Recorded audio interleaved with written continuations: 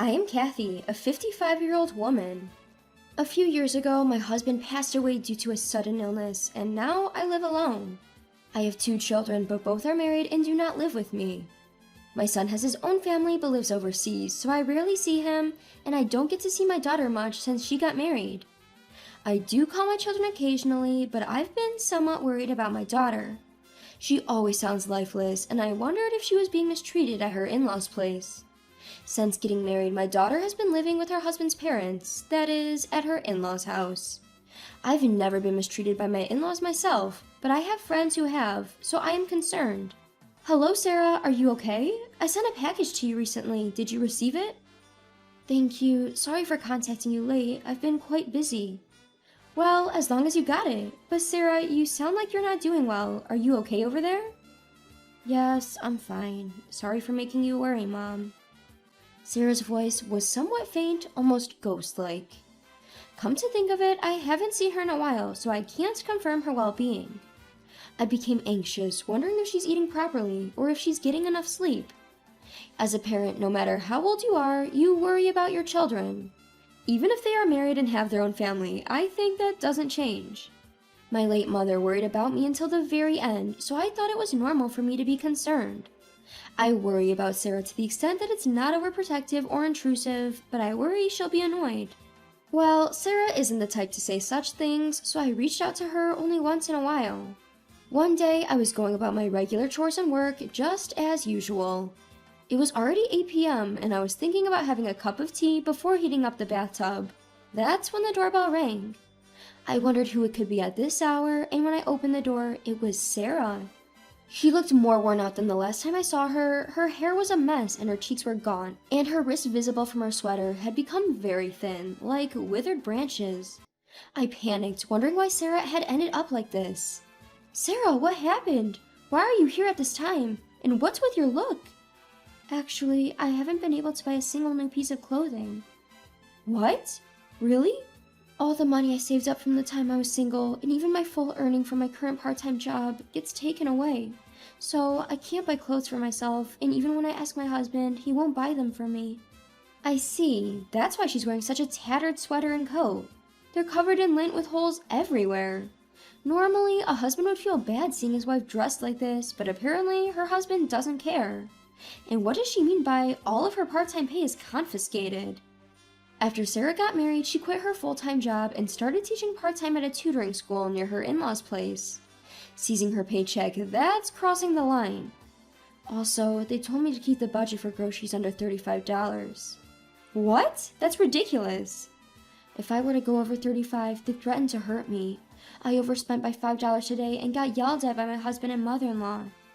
That's terrible. Mom, I have a favor to ask. I want to stay somewhere else tonight. Can you lend me $50 for a motel? I'm sure my husband will calm down by tomorrow, and I just want to stay somewhere else tonight. Honey, you don't need to stay at a motel. What a waste of money. And your face is burning red. You probably got a fever. Yeah, I caught a cold. Why don't you stay here for a while? I can take care of you. Really? Thank you.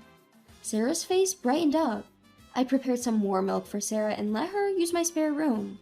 I had some pajamas that fit her, so I handed them to her and told her to change. She seemed really worn out from cold and fell asleep almost immediately after taking some medicine.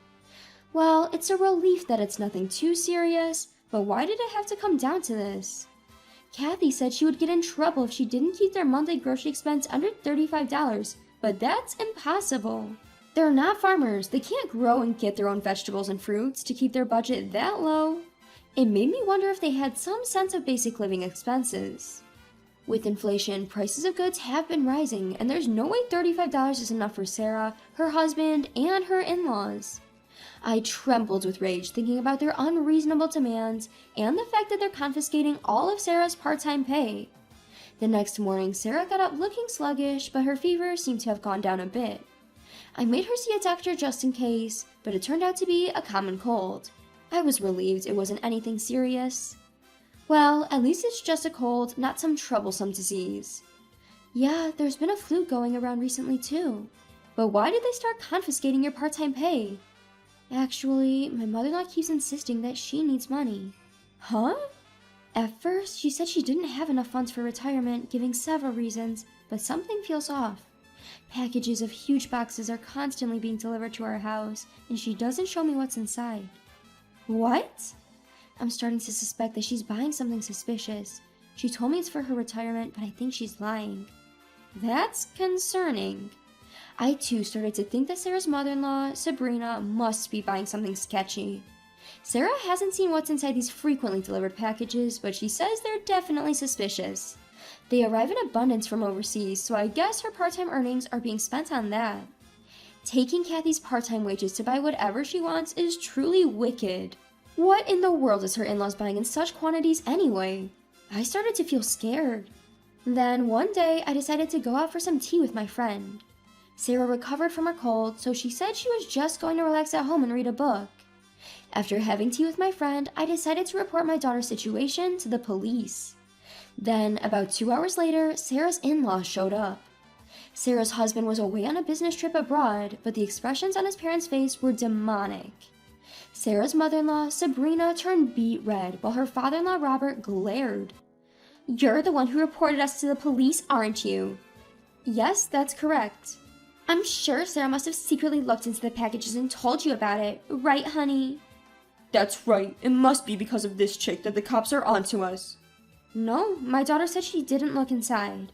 "I can't believe that. I'm sure she's trying to set us up. What a wicked daughter-in-law, being nasty and disrespecting her in-laws." "That's right. A daughter-in-law should value her in-laws, and yet this woman just ran out of the house and even ignored our calls. There's no point hiding here." "But I had no idea what my husband would do to me if I didn't run away." "What? You're blaming our son now? It's your fault for overspending on groceries. Stop with the excuses." "That's right. Shut up now. Just how many times do we have to tell you that we only have light meals to keep it healthy, so $35 for groceries should be enough." Light meals? Yes, exactly. Light meals are the best for us humans. Eating luxurious meals can lead to gout or lifestyle diseases, which is why our model is to have light and simple meals only. So $35 is indeed enough for groceries. Well, because of all that nonsense, my daughter has become as thin as a rail. Robert always spoke as if eating light meals was a shortcut to good health, but when Sarah first came home, she was clearly malnourished. Her shiny hair was now dry, so was her face, and her skin was peeling off. What's worse, she was so skinny that she looked like a skeleton. She might have gained a little weight now, but no one can possibly gain 20 pounds in a month, no matter how hard they try. Sure, there might be some who can, but Sarah isn't a big eater, so she probably only gains about 5 pounds max. And yet, she's wasting $35 like that. She's such an incompetent daughter-in-law. Have you ever taught her how to manage household expenses? This tells a lot about the way you raised her. Oh, look who's talking. What did you say? Well, all that talk about light meals is just a lie, isn't it? You two have been secretly feasting on good food, haven't you? Well... A friend of mine mentioned that she saw you guys shopping for expensive ingredients at the upscale supermarket Whole Foods. That's... And apparently you were also buying quality liqueur. Were you hiding it to drink somewhere else? Well, that's... They were clearly taken aback, looking rather flustered. Sweat was trickling down their faces, and they were huffing and puffing as they wiped it off. So, what's your point? Reporting us to the police just because we secretly enjoy good food without our daughter-in-law? Have you lost your mind, Kathy? Haha. Exactly. It's not a big deal, right? We also want to spoil ourselves once in a while. We've been eating simple and light meals for so long. Oh, is that so? But I suppose all this luxury is thanks to the money you've made through your sketchy business. What? Huh? Don't you guys sell Japanese pharmaceutical products on eBay? About that... It seems that it's against the site's policy for individuals to sell pharmaceutical products. I don't really use online flea markets much, so I wasn't aware, but isn't that against the Pharmaceutical Affairs Law? Well, So I decided to report it. It seems you were selling stuff like Dream Diet Pills. But how do you know? Oh, that friend of mine was almost sold to get your products. She's a bit chubby, and when she was walking down the street, she ran into you and got asked to try the Dream Diet Pills and to buy them from your online store. Oh, that time. My friend is indeed a bit chubby, but she was offended that someone even more overweight would say something like that to her, haha. Well, Sabrina, you are indeed quite huge, so... What? What do you mean? Where am I huge? My body's glamorous. Huh, glamorous. Also, Robert, you've got a bit of a belly too. You must be eating and drinking some pretty good stuff. Using our daughter's part-time earnings to buy luxurious produce at the supermarket and profiting off your diet pills to eat even better. This is not fat, it's all muscles. Huh? I got that hard, tight six-pack, right, dear? Yes, that's right. Robert is definitely not overweight, and I still turn heads because I have a nice body too, haha. Sabrina snorted and bragged how she was still considered a good-looking lady. She was very confident in herself, wearing a tight miniskirt. Even in the middle of winter, she didn't wear stockings. I wondered if her bare legs got cold. At that moment, the daughter spoke. Well, you use that glamorous body of yours to get guys, right? Haha. Huh? The other day, I went to the doctor because I had a cold. There was an OBGYN next door, and I saw you going in with a young man, haha. Hey, that? There's a reason for that. Do you mean in your 50s you've had a child with a young man, or did you catch a disease? Oh my. That's not it, shut up. You even got that far with some random guy. Are you pregnant or sick? Which is it? I'm sick. What the hell? No wonder I've been feeling off. It's your fault. I'm sorry, I was just with him for fun. It's not my fault, the guy just wouldn't leave me. Huh, you seem to be having a great time. You guys even looked like a sweet couple, holding hands and going into the hospital. And it was you who was all excited, talking about, let's go dine at a restaurant after this, and we'll go on a Ferris wheel too, haha. Shush, don't talk any more than this. I cannot forgive you for using all of my earnings and the fact that you guys were eating great outside home. Also reselling the contents of that strange package, breaking the law, terrible. Well, needless to say, having an affair is awful too, haha. Ah! Sabrina, everything's ruined because of you. Huh, father-in-law, you were selling stuff out too. I know you guys were being sneaky, staying up at night. No, I was only running a business. I wasn't having an affair. I'm clearly innocent. No, what are you talking about? You've been a criminal since the moment you violated the law. You're far from innocent. My daughter has grown tougher now and took a firm stand against them. Sabrina was sobbing uncontrollably and Robert kept yelling. It was a disaster. Even though we were in our house, they were so loud that our neighbors came out and it turned into a gawking spectacle. They yelled at me, saying they were being embarrassed, but it wasn't my fault. For now, my daughter's planning on divorcing her son. Given that she was abused, she'll probably sue him for emotional distress and seek compensation. That's right, I will seek compensation from my husband. Also, please return all my part-time earnings that you guys took away. But... That's... I said give it back.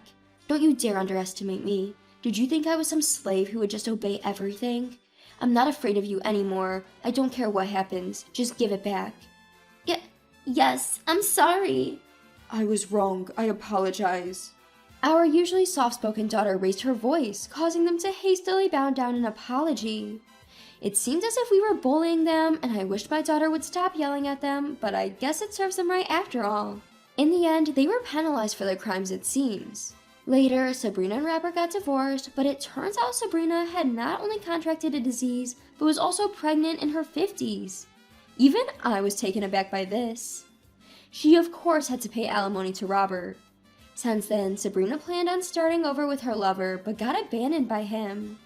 Even when I heard this, she meant nothing to me, so I didn't care at all. My daughter also got divorced and receives compensation from her ex-husband.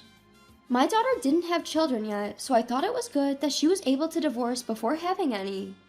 Rumors spread in our neighborhood that my daughter ran away after she was mistreated by her husband. It seems that the rumor also got to his workplace. From what I've heard, it became uncomfortable to stay at his workplace, so he resigned on his own. I don't know what happened to him after that, but he's probably staying with his father, Robert. I am now living together with my daughter, but we are not financially struggling. My daughter works as an online tutor, and I have been working from home for a while now, so we make a decent living. My daughter has been putting on some weight and getting healthier. Seeing this, I am truly relieved.